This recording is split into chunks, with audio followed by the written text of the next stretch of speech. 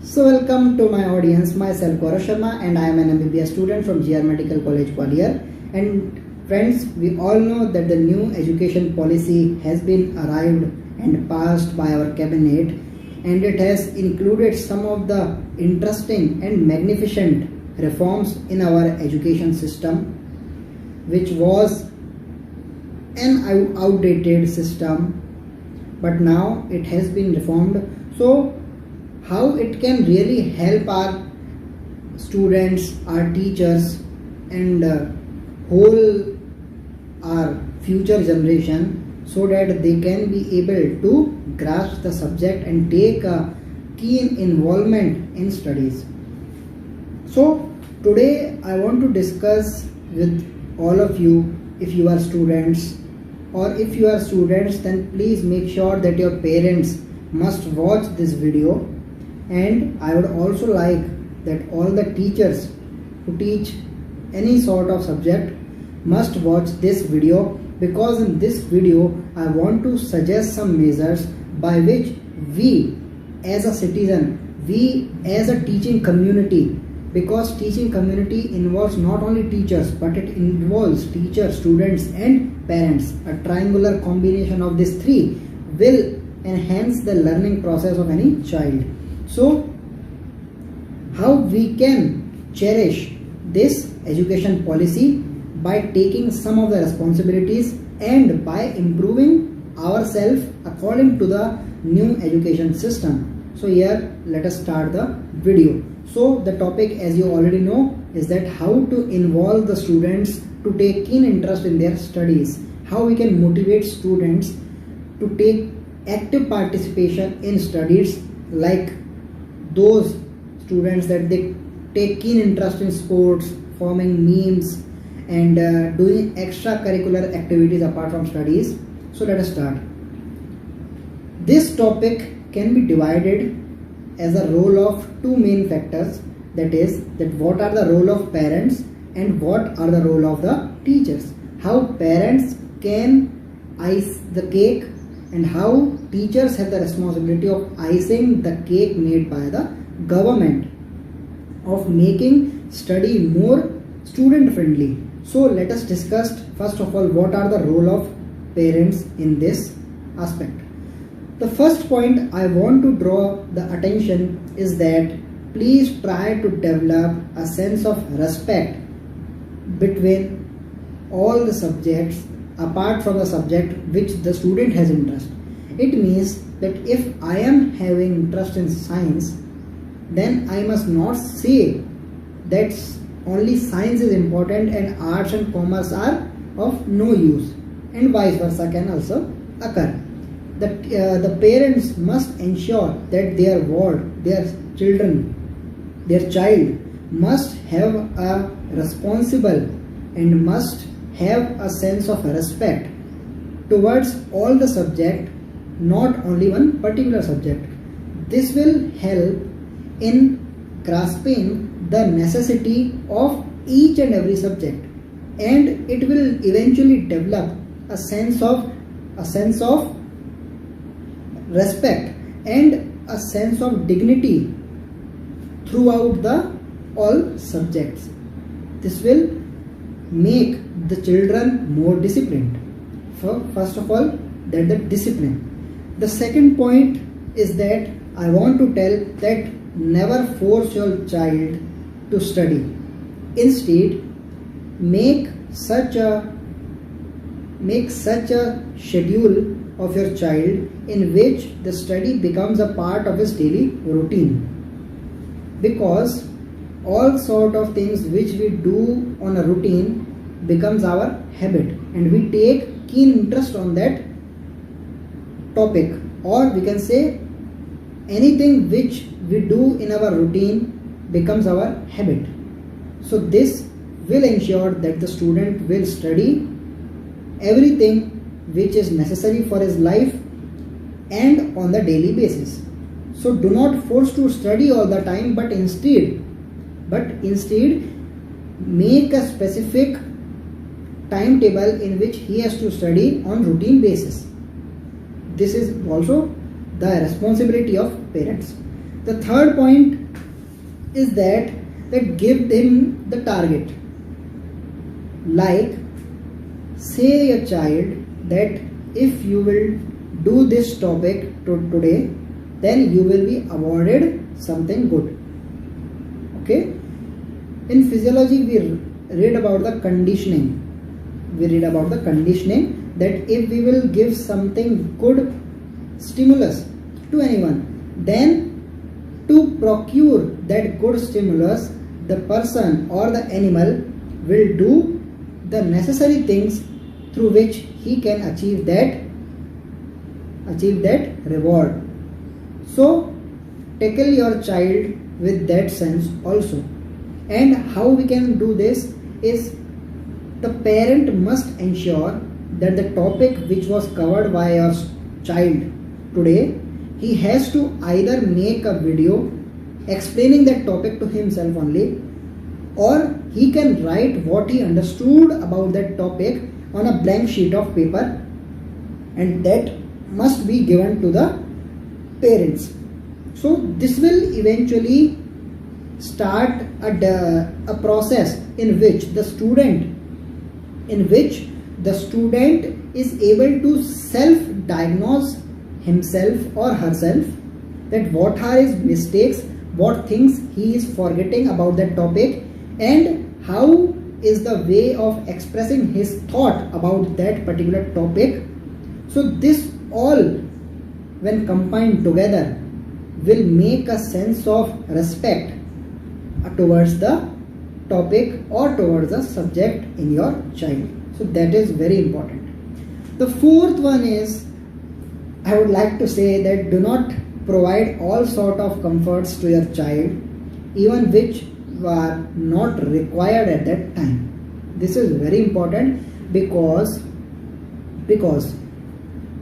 having all sort of comforts will not help your child, but it will make your child a lazy one. And to have a respect about anything which the person has achieved, there must be hard work. So first let your child do the hard work, and then the comfort must be provided as a reward of that hard work, so that the child would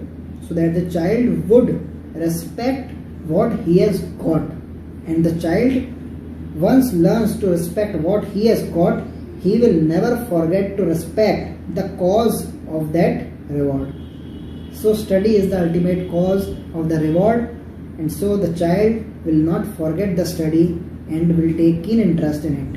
Okay, so these are some of the responsibilities that parents can ensure with regard to their child. Now let us come to an important topic, that what are the roles of the teachers in making a child a more innovative person. The role of teacher is really very important, and I have written that the first is that less emphasis on the quantity and more emphasis on the quality of the content that is provided in the classrooms. Most of the time we have also felt that the teacher tries to try the completion of one whole chapter in just a period of 30 minutes or 45 minutes. These are the normal duration of the classes in the school.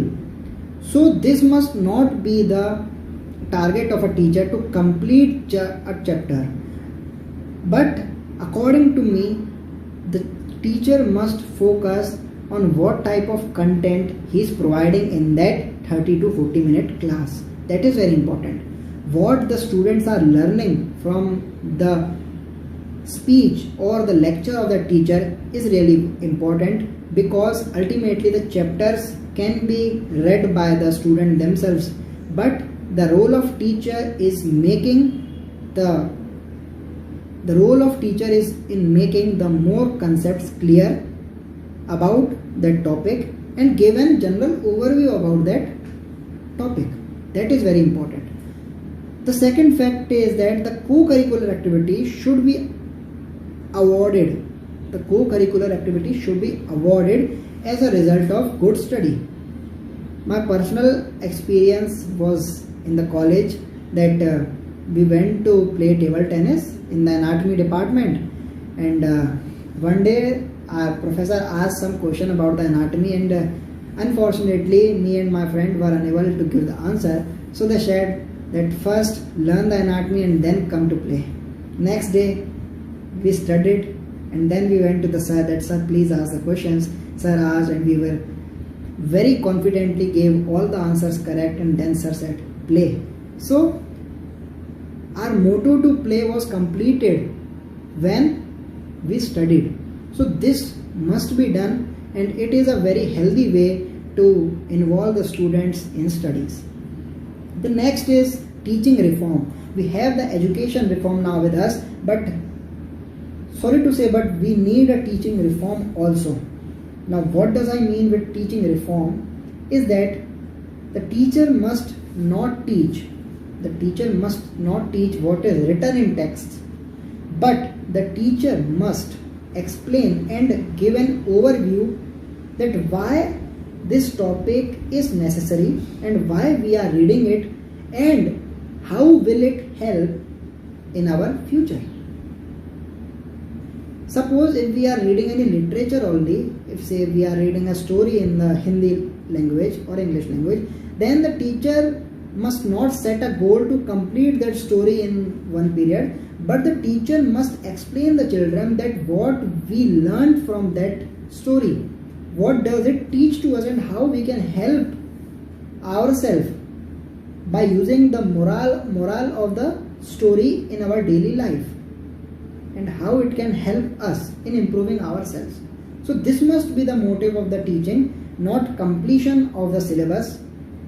However, it was a prerequisite according to old education system, because you already know half yearlies, first test, second test, annual examination, all this occur in a definite duration of time, and completion of syllabus before the period of exam is necessary. So teacher tried to do so, but now it has changed. So I think the teacher must also change the way they look into the subject. Okay. The next is that I eventually do when I explain some topic to anyone, that I ask some tricky question on that topic. What it helps is, it helps the children, it helps the student to just open up their mind, and they, after listening to the topics, after listening to the questions, they at least try to think that what could be the reason, and after they start thinking, their whole concentration will be on the words which I am saying to them. That is, they get a very good interaction with the tutor, and it helps in developing their interest in that subject. So this is very important. But remember that all those who ask some questions in their lecture must give their answer in that lecture only, because it is also necessary. Do not leave the question unanswered. Okay, so this is very important. The next is remedial class and their facilitation. This was the best, I would say this would be the best way to ensure the development of interest in studies. What does I mean with remedial class is that the remedial class involves the student teaching the whole class. Instead of teacher, the student is teaching the whole class a particular subject, a particular topic. This would what help is that whenever you teach a topic to someone, first of all you have to prepare it thoroughly. Students profit. When you teach, you learned it, second profit. And when you teach it and you are friendly with your classmates, then the doubts which somehow the students would not be able to ask to teacher, they can ask to you. So third profit. And fourth profit, a very good communication skill will lead to development of a very good personality of the Indian students. So the communication skill will also develop in the students. So remedial class is very important, and their facilitation, that is, anyone who teaches any subject must be facilitated in school assemblies, school annual functions, and something like awarding must be given, so that their morale goes high enough. Okay, so this is very important. The next is punishment. punishment is very important in students' life. I want to say that punishment must be given which would benefit the student.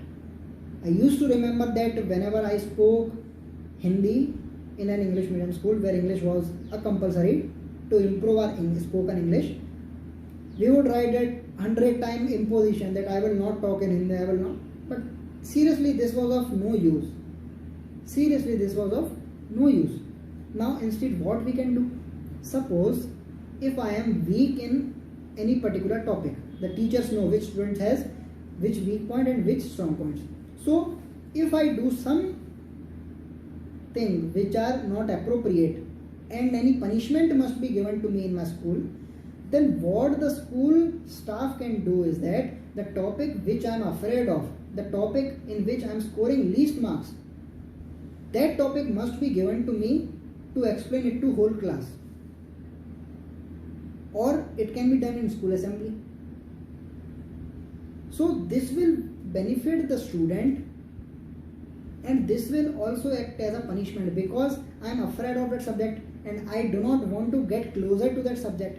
But I have got the punishment of explaining that particular topic to whole class. So I will deliberately put my whole focus on that subject. And this will act as a punishment because you are trickling with the brain, and secondly it will also help in improvement of that child, and this will eventually lead to a development of interest in the students. And the last thing is the school environment. School environment is very important, and what does a good study friendly environment includes is that the discipline of teachers, that is the teacher must come in the time, that is they must not be late, because if teacher will be late then student will develop a sense of thinking that if teachers are getting 5 to 10 minutes then we can also be liberal about the school timings. So this must not be there. Second one is there must be a gap between teacher and student relation. Teacher must not be too friendly with the students so that the students do not tend to respect the teacher. This is also very important, and the teacher has to make sure that there is a teacher student gap, and the students must always be afraid of the teacher that if they will do something wrong then the teacher might punish them. Okay, so this must be. The third thing is greenery, that the school premises must be surrounded with lots of greenery, plants. So this will eventually makes a mind to study, and a peaceful environment is also very necessary. Peace is necessary. So the school must try to maintain the appropriate peace, especially when the classes are going on. So these are my some suggestions by which we can cherish the new education policy, and we can together as a nation can make our education system a more better equipped system in the world. Hope you guys liked my content, and if so then please share it so that it can reach to the larger mass. And I am bringing videos on NEET UG also, so sorry for that. Okay, so I'll give you my video longer.